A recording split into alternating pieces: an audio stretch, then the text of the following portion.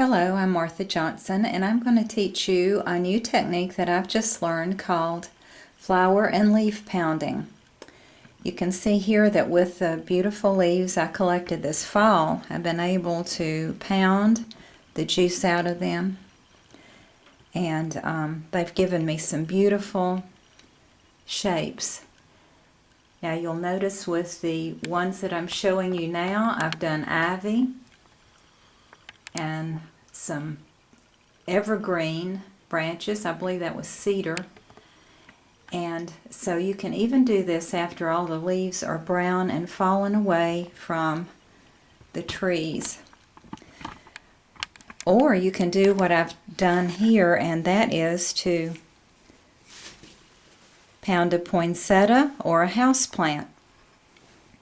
Now one thing about the poinsettia is here I have chosen a red poinsettia, but you'll see that the pounding of those petals has turned out purple,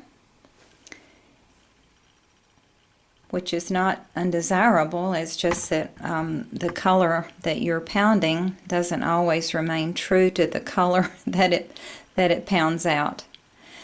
Also some heat if you're trying to iron the wrinkles out of your muslin after you've done your leaf or flower pounding.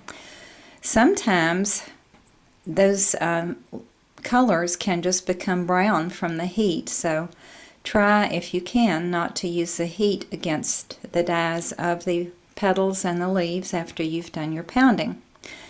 Now here I wanted to show you that you're going to use masking tape, and you're going to put it on in such a way that the back side of your petal or leaf is toward the fabric, and your masking tape is going to be butt up, not overlapped.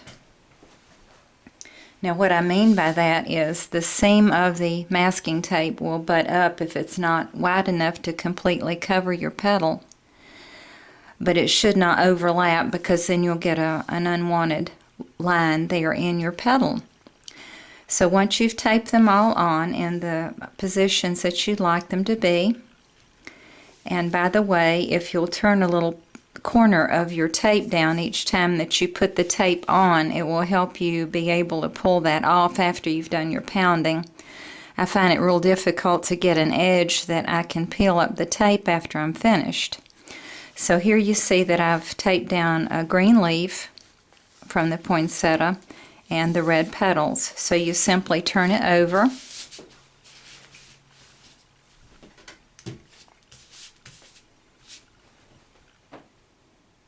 One thing that I try to do is to pound the edges first so you get your outline set.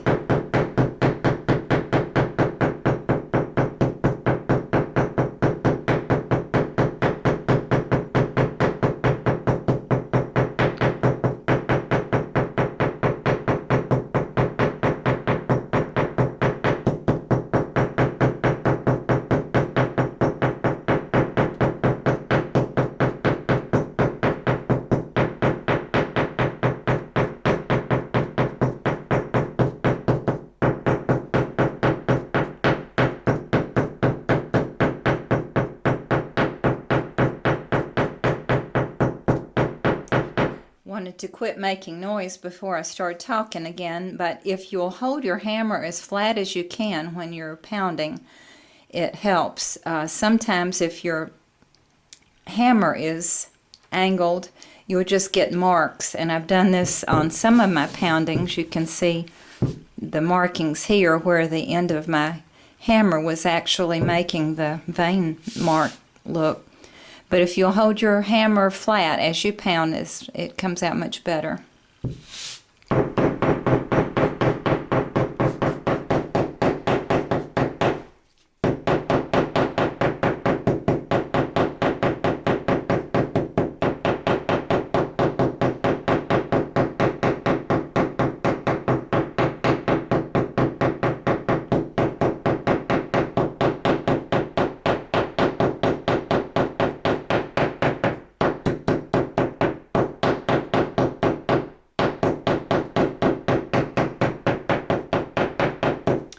Also, the surface I'm using to pound on is just an old piece of wood, a smooth piece.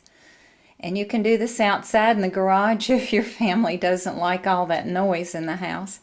But once you've done the pounding, then you turn the fabric over and remove your tape.